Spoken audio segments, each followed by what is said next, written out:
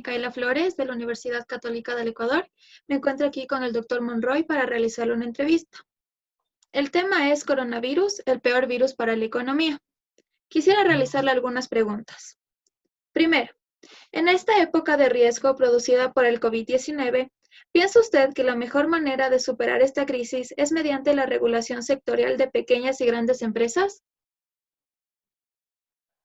Pues, no, pues creo que yo siempre mantengo una línea sobre el tema de la regulación, siempre he mantenido una línea bastante liberal sobre ese tema. Yo estoy convencido, no solamente por formación, por vocación, sino porque hay una larguísima literatura que demuestra pruebas, demostraciones que normalmente lo que más sirve en temas de regulación para las empresas, independientemente de su tamaño, sean grandes, multinacionales o pequeñitas, sectoriales, de un barrio, de una ciudad o de un país, normalmente siempre la mejor opción siempre es el tema de optar por no regular. Es decir, cuando uno se está preguntando por temas de políticas sectoriales, normalmente antes de decirle, bueno, ¿cómo hago para, no sé, proteger más a la industria pesquera o a la industria avícola o a la industria ganadera o a los que producen leches? Normalmente uno, es muy raro que los gobiernos antes de eso se pregunten si es que quizá la mejor solución no es hacer nada, o sea, precisamente es hacer nada. Y yo creo que esto no distingue entre empresas grandes y empresas pequeñas. Lo que pasa es que con las empresas grandes y con las empresas pequeñas, pues los problemas son de diferente magnitud. A poner un par de ejemplos para ser claro sobre este punto. No sé, tengo entendido, tú me corriges si no es así, que por ejemplo en el caso de Ecuador, una de las industrias, digamos, que es más representativas, más importantes, digamos, como país, es por ejemplo, la industria pesquera y la industria avícola. Ahora, ¿cómo hago yo para potenciar ese tipo de industria? O sea, ¿cuáles son los problemas de este tipo de industrias? Pues este tipo de industrias esos que tienen que competir en un mercado internacional, que efectivamente tienen que cumplir unas medidas fitosanitarias, etcétera, etcétera, etcétera. ¿Ya? Ahora, ¿yo cómo hago para impulsar a que estas empresas vuelvan a surgir? Pues normalmente lo que en general le interesa a todas las expertas es precisamente que no las regulen. Es decir, tener la menor cantidad de barreras posibles para poder ingresar al mercado y hacer lo que saben hacer. Para que puedan Pero esto no, surgir. pero esto no solamente ocurre con esas empresas gigantescas, como puede ser una multinacional pesquera o avícola, yo qué sé. Esto también ocurre en las pequeñas empresas, o sea, en las microempresas, cuando incluso uno se refiere a mercados muy locales, o sea, no sé, mercados barriales, o sea, las Claro. tiendas de barrio, que en todas partes existen, o sea, ¿cuál es el problema que tienen muchas tiendas de barrio, muchos restaurantes hoy día? Pues precisamente que tienen una regulación que para bien o para mal, por buenos motivos o por malas razones, lo que sea, pues no pueden abrir, no pueden prestar sus servicios. Realmente, ¿dónde es que está el cuello de batalla? Pues el cuello de batalla está en que efectivamente, no sé cómo ocurre en Ecuador, por ejemplo, Ujú. pero aquí en Colombia uno tiene ejemplos muy llamativos de que, por ejemplo, los bares y los restaurantes te piden absolutamente de todo para poder abrir. Entonces te piden el permiso de bomberos, te piden el permiso de que si tú estás pagando los derechos de autor de la música que pones, que es que si tienes las salidas de emergencia, que es que si ya cumpliste los requisitos de la Secretaría de Salud. Y ahora, pues con este tema del COVID-19, entonces una de las solicitudes es que tú tienes que cumplir unos protocolos de De bioseguridad seguridad. para efectivamente, para que te dejen abrir. Si te das cuenta, todos los cuellos de botella de por qué incluso las empresas están deprimiendo tanto a nivel de grandes empresas como a nivel de empresas pequeñitas. El mismo cuello de botella siempre es la regulación. Por eso yo insisto en mi respuesta de que efectivamente yo creo que uno no tiene que ponerse a pensar en temas de que es que si las regulaciones sectoriales deberían hacerse de acuerdo al tamaño pequeño o grande de la empresa, sino que más bien, o sea, el criterio de primero pensemos qué pasaría si no hacemos nada es eventualmente la mejor política para impulsar el desarrollo de esa industria en concreto. Claro, porque por ejemplo aquí en Ecuador también necesitan muchos permisos para poder funcionar y eso es por eso que muchas personas optan por el comercio informal. Entonces es una traba que obviamente nos complica a todos.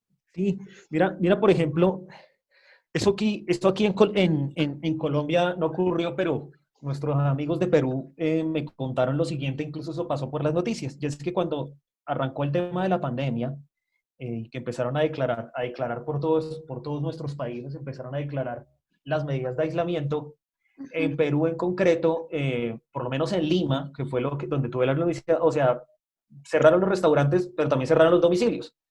Entonces, estas empresas que habían empezado a surgir en los últimos 5 años más o menos, que son esas empresas Rappi, o Ujú. sea, que hacen los Uber. domicilios a través de aplicaciones móviles, pues les tocó parar. ¿Y qué pasó al otro día? Pues lo que pasó al otro día es que empezó la piratería de domicilios, o sea, o sea,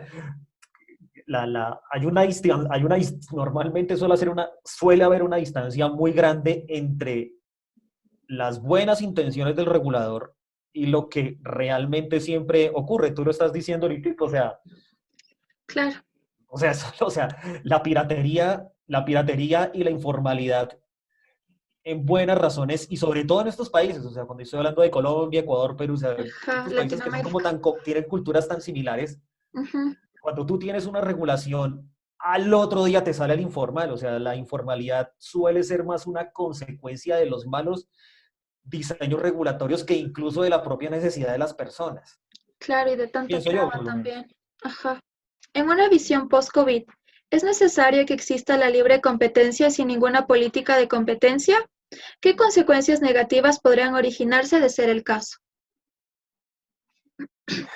Esta pregunta viene muy amarrada a la anterior, o sea, Ujú. eh, yo, así como estoy convencido de la de la respuesta a la pregunta anterior, también estoy convencido por la misma razón de la respuesta a esta pregunta. Y es que estoy convencido de que la mejor política de competencia es no regular la competencia.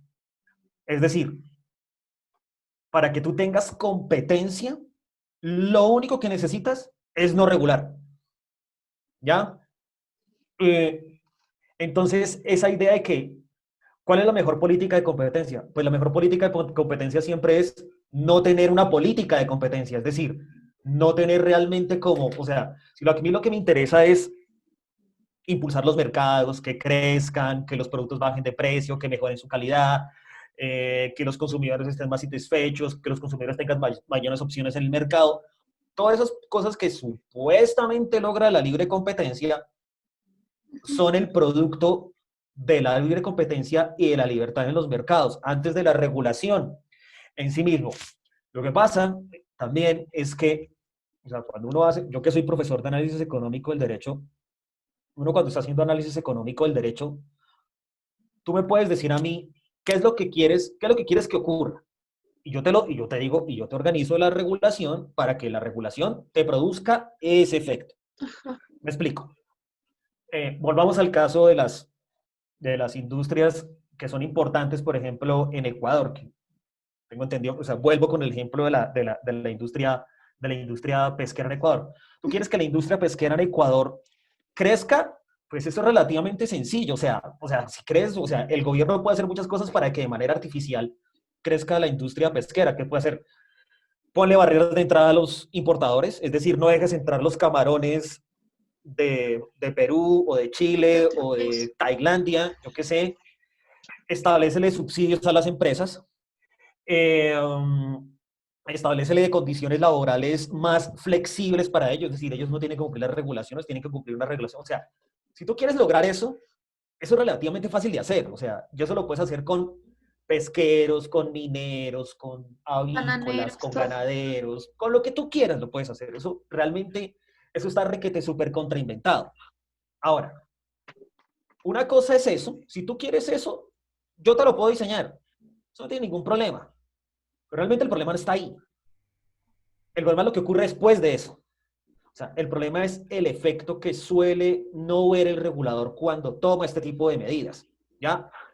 Es decir, en concreto, si tú vas a proteger una industria en concreto, o sea, no sé, vuelvo con el ejemplo, la industria pesquera, olvídate que los consumidores van a tener productos pesqueros más baratos. Olvídate de eso. O sea, olvídate que por alguna razón te van a llegar los camarones tailandeses a la mitad del precio a lo que se puede producir en Ecuador. Olvídate de eso, ¿ya? O sea, entonces, aquí más bien la pregunta es usted, ¿qué es lo que quiere? O sea, ¿qué es lo que quiere hacer?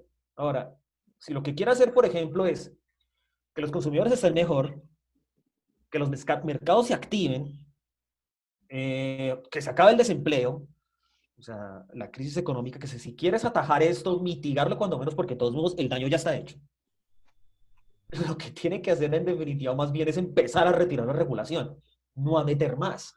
Yo siempre he defendido esta posición, tanto acá en Colombia, como en Ecuador, como en Perú. Pero, Todos son muy característicos de cómo irse por el lado contrario. Es que cree que necesitamos más regulación, más políticas, más subsidios, más intervención, más controles, más control de precios. más impuestos. Normalmente el efecto de esto, cuando uno suma, claro, o sea, los pesqueros estarán felices si establecen barreras de entrada. Esta mañana escuchaba a un senador aquí en Colombia que para poder solventar las crisis lo que él proponía es que le subieran los aranceles a determinados productos. Pues claro, pues lo que estás es cuidando una empresa, pero pues el costo de un arancel, o sea, el arancel es un impuesto, es un sobreprecio que tú le trasladas al consumidor, ¿ya? Es Claro, decir, y eso ocurre para cualquier cosa.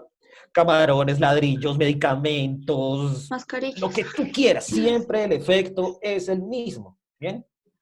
No sé si con eso, Sí, sí, sí, ok. claro, porque al momento de tener tantas políticas de competencia, obviamente traban un poco el desarrollo del emprendimiento para que surja de una mejor manera también. Pero por eso yo te digo a ti, o sea, yo te digo a ti, Micaela, o sea, normalmente, o sea, no es que no lo, o sea, no es que no lo traben, no es que lo traben un poco, es que lo bloquean totalmente. Lo bloquean totalmente. O sea, la, el libre mercado, o sea, los beneficios de los libres mercados no es simplemente el ejemplo de que es que yo tengo una panadería y entonces compito con los panaderos del barrio. Ese, por supuesto, que es un buen ejemplo del libre mercado. Pero es que el libre mercado también es qué tanto permito o qué tanto prohíbo que lleguen productos competidores internacionales, es decir, que lleguen determinadas empresas. Ahorita, por ejemplo, una cosa que yo creo que debe llamar la atención es que ahorita después de que digamos, este pico del problema, que estamos en el pico del problema, Claro, en algún momento esto va a bajar, o sea, puede ser que esto baje en 2 meses, en un mes, en un año, pero esto en algún momento va a bajar. Cuando esto empiece a bajar, lo que va a ocurrir, creo que una de las cosas que va a ocurrir es que va a haber una competencia, miren lo que digo, una competencia entre países para atraer empresas, ¿ya? Es compradores. decir, o sea, y tú no atraes una empresa, o sea, si por ejemplo Colombia o Ecuador quisieran impulsar su industria, su empleo, atrayendo empresas de tecnología, estoy poniendo cualquier ejemplo. Ujú. ¿Ya? Traer que se pongan en Ecuador o en Colombia una fábrica de procesadores de Intel, que antes estaba en Costa Rica y bueno, ya, pero ya no está allá. ¿Qué es lo que va a buscar Intel? Intel no va a buscar, pues, las empresas, o sea, no va a buscar las regulaciones que le pongan barreras, aranceles y ese tipo de industrias que suelen hacer las cosas. ¿Qué es lo que quieran? Es básicamente abra mercado, déjeme importar y exportar cuando yo quiera y yo le garantizo que yo le produzco empleo en el país. Eso fue lo que de hecho hicieron en Costa Rica. Entonces lo que se viene después del pico cuando empiece a bajar es que va a haber una competencia entre países por a ver quién es el que va a traer las empresas que van a quedar por ahí volando. Esa guerra comercial que están entre Estados Unidos y China, entre todos, Ajá, muchas de esas empresas uno debería poderlas estar atrayendo hacia acá, ¿ya? Pero eso no lo va a traer regulando, poniendo barreras, sí. aranceles, permisos, autorizaciones. Así no es al contrario como logra atraer a esas empresas. Claro, más los va a alejar. Mm. Ok, y para terminar, La siguiente pregunta es, en materia de incumplimiento contractual, en época de pandemia, ¿considera necesario aplicar una cláusula de hardship para así generar mayor seguridad al deudor y al acreedor? Bueno, esta pregunta sí es un poco distinta a las dos anteriores. De hecho, me tocó ponerme a estudiar el tema porque, eh, porque obviamente eso fue creo que uno de los primeros puntos cuando empezaron a cerrarse los países, a cerrarse las fronteras, los aislamientos y El todo este tema. aislamiento, todo. Fue de las primeras cosas que empezaron a hablar los abogados. O sea, hace 2 meses, 3 meses, tal, fue el primer punto. O sea, ¿qué hacemos con los contratos? ¿Qué hacemos? De ¿Cómo aplicamos las arrendamiento, cláusulas? todo. Está la... Claro, pero mira que esto, y para allá digamos, parte, yo creo que esta respuesta hay que dividirla como en Secciones. dos partes. De la respuesta. Por un lado, que igual la respuesta no es que sea muy distinta, pero creo que es de todos modos importante, digamos, para efectos de entender el problema, de dividirla en dos. Porque normalmente toda esta discusión de las cláusulas hardship y la cláusula res, ¿cómo es que siempre se me olvida? La rebus sis stantibus, siempre se me olvida cómo se dice. Viene exacerbada como en dos niveles. En cuanto al cumplimiento o incumplimiento de los contratos a nivel local, es decir, distribuidores, proveedores que, por ejemplo, están al interior de una misma ciudad o un mismo país, y temas que tienen que ver con relaciones o contratos de naturaleza internacional. Internacional. ¿Y por qué llamo eso? Porque casualmente, y yo creo que a propósito de esto, por eso me tocó ponerme a repasar el tema, porque de pronto, yo seguramente ustedes ya están enterados que efectivamente la Cámara de Comercio Internacional actualizó la cláusula, ¿ya? Y esto yo creo que importante decirlo porque era una actualización que no se hacía por parte de la Cámara de Comercio Internacional desde hace como casi 20 años. Entonces, qué fue lo que hizo la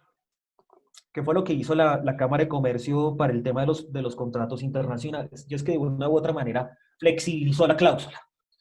¿En qué sentido la flexibilizó? En varios sentidos. Primer sentido en que la flexibilizó. Uno, hizo como una división entre, creo que la llama la cláusula corta y la cláusula larga. La cláusula corta es una cláusula genérica de fuerza mayor. ¿Qué es lo que dice la Cámara de Comercio Internacional? Que esa cláusula es particularmente adaptable a pequeñas empresas, es decir, no sé, MIPYMES que exportan. ¿Ya? Y tiene una cláusula larga que es para ya, digamos, para las empresas más grandes, multinacionales, ya grandes empresas que ya tienen unos alcances internacionales más grandes. O sea, digamos que es una idea de la flexibilización, es como darle, bueno, vamos a flexibilizar el instrumento para que, pues para que tanto empresas pequeñas, empresas chiquitas, puedan efectivamente introducir la cláusula en sus contratos, lo cual nos pega, digamos, incluso a la primera pregunta, si es que uno tiene que tener criterios diferentes para pequeñas empresas y para grandes empresas. Yo creo que en este caso sí. Esa es, digamos, una primera flexibilización. La segunda flexibilización que está ahí por parte de la Cámara de Comercio es que bueno, eh, establece un nuevo listado como de términos que en general se entienden como fuerza mayor. Acuérdense que ustedes ese tema del fuerza mayor, pues uno puede darle la forma que quiera. Es decir, Claro. incluso las cosas que están en el listado, uno puede decir en el propio contrato que uno hace, mire, esto para nosotros no es fuerza mayor. Pero mire, por ejemplo, que introduce la idea no utiliza la palabra pandemia, sino que utiliza la palabra epidemia. Es decir, que las epidemias quedan como un elemento más Fuerza mayor. de fuerza mayor. Entonces, yo creo que eso es como la pista aunque los de la Cámara de Comercio no dicen específicamente que esto es por el COVID-19, yo creo que se entiende que sí es por Obviamente. eso. ¿Ya? Entonces, esa es como la tercera flexibilización. La cuarta flexibilización o la tercera es que establece una cosa nueva y es que da un margen como de 120 días en el que si ocurre el hecho por el que supuestamente se consideraría fuerza mayor o caso fortuito, es decir, que sería aplicación de la cláusula, deja como un lapso de 120 días en que el contrato queda como en stand-by. No es que se acabe el contrato, lo dejan en Ajá. stand-by. Es decir, en 120 días queda congelado el contrato. ¿Y qué puede pasar a los 120 días, que es como la quinta flexibilización de la cláusula? Uno, que va a la rescisión del contrato. Dos, que se puede solicitar la readaptación de las obligaciones contractuales. Y tres, la terminación. Ujú. Si uno se da cuenta, cuando suma todo esto, o sea, estas 5 flexibilizaciones, uno, insisto, esto salió y creo que esto viene agarrado con la idea del COVID-19. Y dos, si se da cuenta, estas flexibilizaciones creo que persiguen más la pretensión de proteger los contratos que el incumplimiento de los mismos. Es decir, lo que está tratando de hacer la cláusula es de mantener los contratos, es decir, mantener las obligaciones, mantener el cumplimiento ya y al mismo tiempo darle la flexibilidad a las partes, a acreedores y deudores, que por este tema del COVID los contratos no se van a terminar. Bueno, que es importante, pues porque finalmente como esto es una cláusula modelo, aplícales para los contratos que vienen hacia futuro. Ya si alguien la quiere meter en los contratos de óptica, es diferente como tal. Entonces yo creo que ahí está la cláusula, eso siempre ha estado a mano de cualquier persona, o sea, yo lo puedo utilizar incluso conmigo si es que quiero hacer un contrato aquí con el tendero de mi barrio o con mi proveedor de la panadería, yo que eso siempre ha estado disponible aquí. Creo que lo que hacen en definitiva esta idea de la Cámara de Comercio Internacional es acercar más la cláusula a las necesidades incluso, y vuelvo y repito, a las necesidades de los empresarios chiquitos. O sea, incluso si exportan o no exportan, o sea, si esto tiene o no tiene que ver con el comercio internacional. Y quiero hacer una atención sobre este punto, eh, el que tiene que ver con los elementos como tal constitutivos de la aplicación de la cláusula, independientemente de la flexibilización que hizo la Cámara de Comercio. Y esto yo creo que también se aplica tanto para el tema de comercio internacional como para los temas, digamos, de contratación en ámbitos locales, con más comerciales, sociedades, este tipo de cosas. Y tiene que ver con que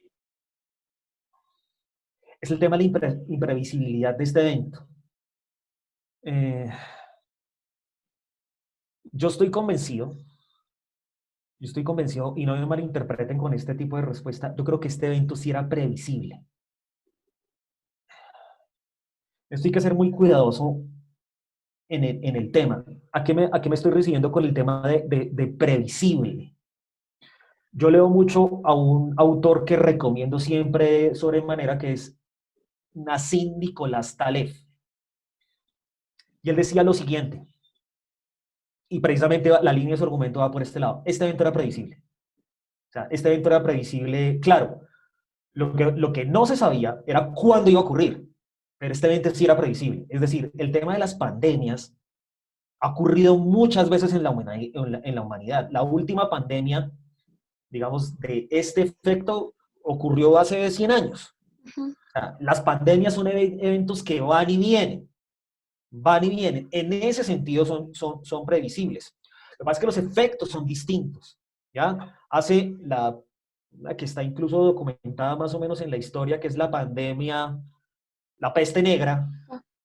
que era una peste bubónica por allá en el siglo II, en el siglo XIII, se llevó, según los cálculos, pues porque en esa época no había censos, pero el cálculo que dice es que más o menos se llevó entre un tercio y un cuarto de la humanidad. Se murió.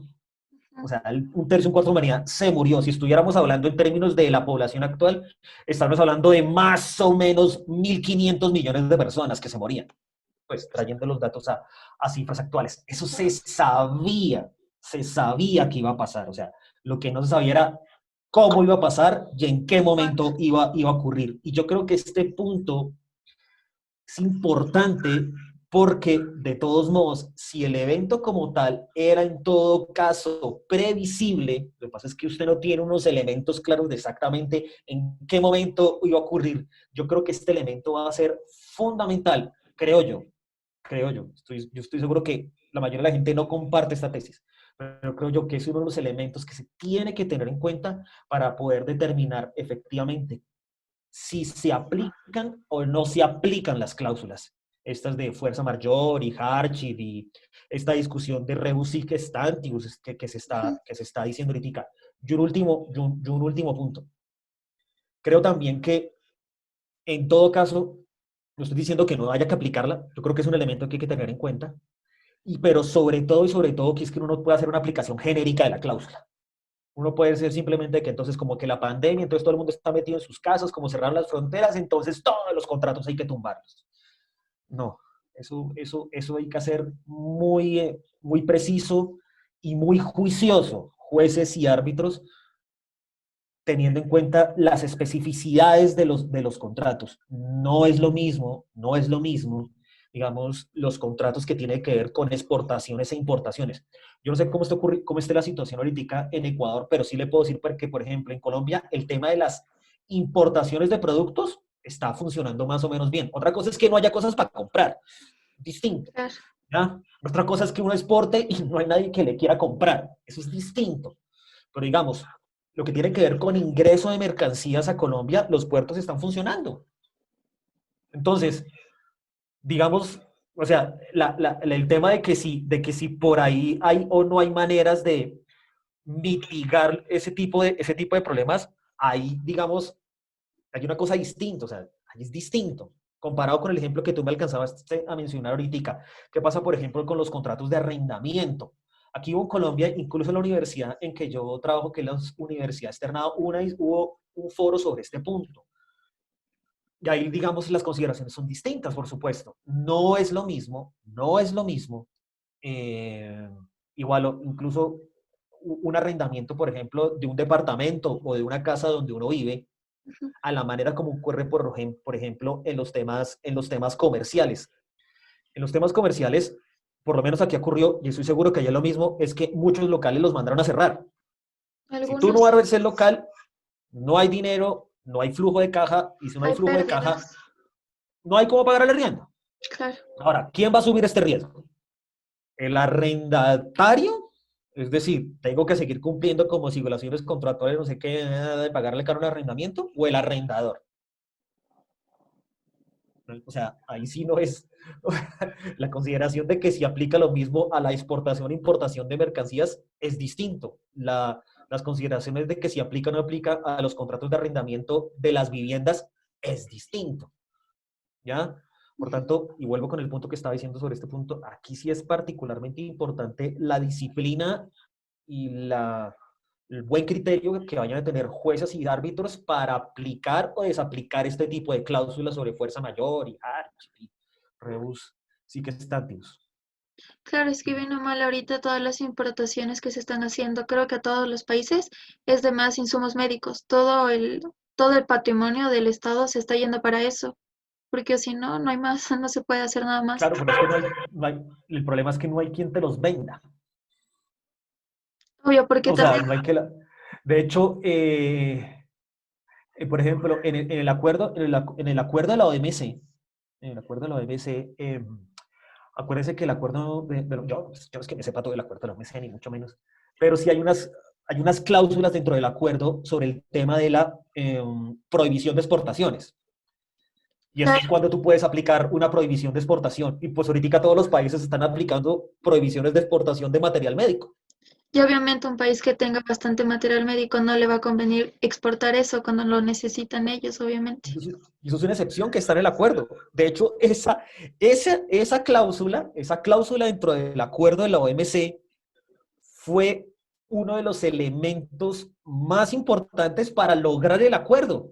Y es bajo qué circunstancias podemos bloquear las exportaciones. Entonces, claro, o sea, lo que pasa es que nadie se iba a imaginar que todo el mundo iba a bloquear las mismas exportaciones al mismo tiempo, pues porque, Claro. no sé, si en Colombia, aunque en Colombia no lo hacemos, pero si en Colombia producimos ventiladores médicos, pues creo que hay buenas razones para decir, pues hay escasez hay escasez, incluso puede haber acuerdos firmados, o sea, acuerdos y firmados entre empresas nacionales y Estados Unidos, Ecuador, China, yo qué sé, Ujú. ¿ya? Incluso con los acuerdos firmados se puede aplicar la cláusula de prohibición de exportaciones. Lo que pasa es que nadie se imaginó que esto iba a ser los mismos tipos de productos para todo el mundo. Entonces, el problema Claro. está acá. Yo les comento simplemente una anécdota de Bogotá, que es un problema que es común en todas las ciudades en este momento. En Lima, en Quito, en Guayaquil, todo el mundo está buscando desesperadas cómo armar unidades de cuidado intensivos de afán, o sea, de emergencia, perdón, Claro, y estos improvisados. respiradores. Aquí la alcaldesa prometió, por unos, bueno, el estudio que hizo, no sé qué, que necesitábamos aquí en Bogotá, necesitábamos aumentar la capacidad de UCIs, de unidades de cuidado intensivo y de unidades con ventilación y todo este tema, más o menos que necesitamos como unas 4.000 unidades más adicionales, o 3.000 o 4.000, la cifra no es importante. Ujú. ¿Y cuál es el problema? Pues que está la plata, o sea, está la plata, pero no hay quien te los venda. No hay quien te venda eso en ese momento. No hay quien te los venda. Entonces está la plata, o sea, la plata está. Ni siquiera es un problema de plata. La gente tiene la plata y está dispuesta a pagar lo que sea por encontrar estas ciudades, pero nadie en el mundo te las quiere vender. ¿Ah? Pero Ese, eso también está pasando aquí en Quito, en el Parque Bicentenario basta. querían hacer como una especie de cuidados intensivos, porque obviamente aquí todavía no se ha dado el pico más alto, pero obviamente va a pasar, porque ya pasamos como a semáforo amarillo con menos restricciones, la gente ya puede salir y va a pasar, y obviamente tienen que Pero, equiparse y pero, no creo que obtiene cómo. pero ojo con eso, ojo con esas afirmaciones, Micaela. Ojo con esas, yo no sé, o sea, ¿tú qué pena yo ¿tú cuántos años tienes? 19 ya casi. Yo creo que, bueno, yo te llevo más de 20 años por delante. Pero yo te puedo asegurar una cosa, Micaela. Yo te puedo asegurar una cosa. Esto que tú estás viendo en tu momento, tú nunca la vas a volver a ver en tu vida. Nunca, nunca. O sea, lo que te dije hace un rato, el tema de las pandemias es un tema previsible, Ujú. pero tú no lo vas a volver a ver. O sea, esto, o sea, y es, o sea, van a haber décadas completas de tinta escrita sobre este tema, pero décadas completas. O sea, ni siquiera esto como cuando fue el 11 de septiembre. Claro. Sí, el tema de las Torres Gemelas, que todavía hay eco, y eso fue hace 20 años. Fue hace 20 años. Pero esto, yo creo que el eco de esto va a ser por 70, 80 años. Mira, por ejemplo, este tema, que lo que me estabas preguntando, el tema de las cláusulas de hardship, estos de cláusula mayor, perdón, de fuerza mayor. Ujú. De esto van a haber libros escritos. Libros. O sea, de cómo el COVID-19 Modificó todo. modificó la doctrina, de cómo lo hizo. O sea, si te das cuenta, no hay o sea, no sé, y esto lo estoy diciendo en este momento completamente en borrador. Creo que el fenómeno de cómo esto va a transformar el derecho, no es el mismo, no es la misma situación, por supuesto, pero digamos, el efecto de cómo podría transformar el derecho, este tema, creo que es comparable a la manera como se fue evolucionando el derecho constitucional después de la Segunda Guerra Mundial. Es comparable, no son el mismo fenómeno, pero digamos, sí, sí. O sea, con la Segunda Guerra Mundial vino una transformación gigantesca a nivel global mundial en el constitucionalismo, en el tema de constitucionalismo. Yo creo que, y eso es un reflejo que incluso hoy, ya cuando se acabó la Guerra Mundial, 70 años después, ahí están los ecos todavía de lo que pasó después de la Guerra Mundial, de la Segunda Guerra Mundial. Yo creo, y por eso mismo también, yo creo que el eco de la transformación del derecho de que nos ocurre con el COVID va a tener reflejos. No se le haga raro a Micaela que 70, 80 años, o sea, incluso antes de que su merced se muera, más o menos cuando se muera, todavía estarán los ecos de este evento. ¿Usted cree que por este hecho se cambiaría, por ejemplo, yo que sé, la legislación y todo? Porque hasta lo que yo tenía entendido en Chile, sí tenían como que un artículo en el cual sancionaban a las personas por poner en riesgo con armas, no armas químicas, pero más como que enfermedades así biotecnológicas, algo así. Entonces era como que en Chile sí, ya había un artículo en el cual predijeron más que nada un evento así. Entonces ellos sí tenían como que estaba tipificada la norma para poder sancionar a aquellas personas que, por ejemplo, no cumplían con la cuarentena.